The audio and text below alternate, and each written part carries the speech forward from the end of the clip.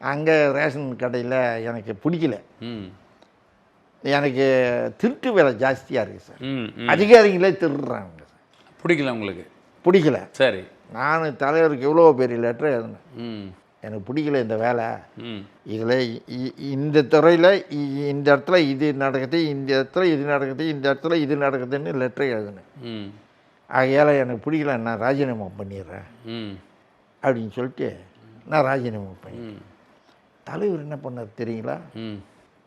திடீர்னு கோட்டைக்கு போகிறவர் திடீர்னு ஒரு ரேஷன் கடைக்கு போயிட்டார் சார். போடுறா.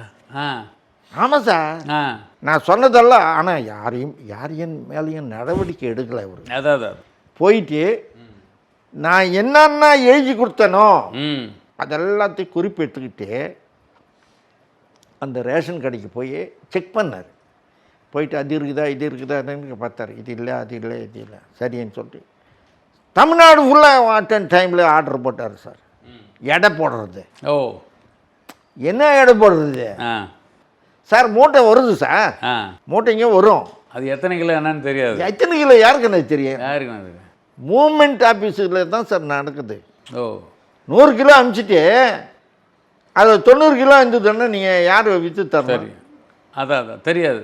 இது சொன்ன உடனே ரெண்டுத்தையும் கண்டுபிடிச்சிட்டாரு சார். கண்டுபிடிச்சி எடை போட்டு மிஷின் எல்லா இடத்துலையும் அடுத்த 2வது நாள் 3வது நாள் ஆர்டர் போட்டு மிஷின் எல்லா இடத்துக்கும் மிஷின் வந்துச்சு.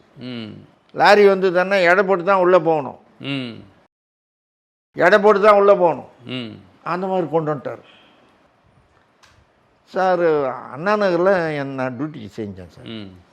ஐஏஎஸ் ஆஃபீஸர்லாம் க்யூவில் நிற்பாங்க சார். பொழுதுபோக்கு சார். ஐஏஎஸ் ஆஃபீஸரை மாத்திரம் எப்படி சார்? மனுஷன் தானே. கண்டிப்பாக. அவங்களும் பொழுதுபோக்குக்காக வந்து ரேஷன் வாங்குவாங்க. சும்மா லைனில் நிற்பாங்க.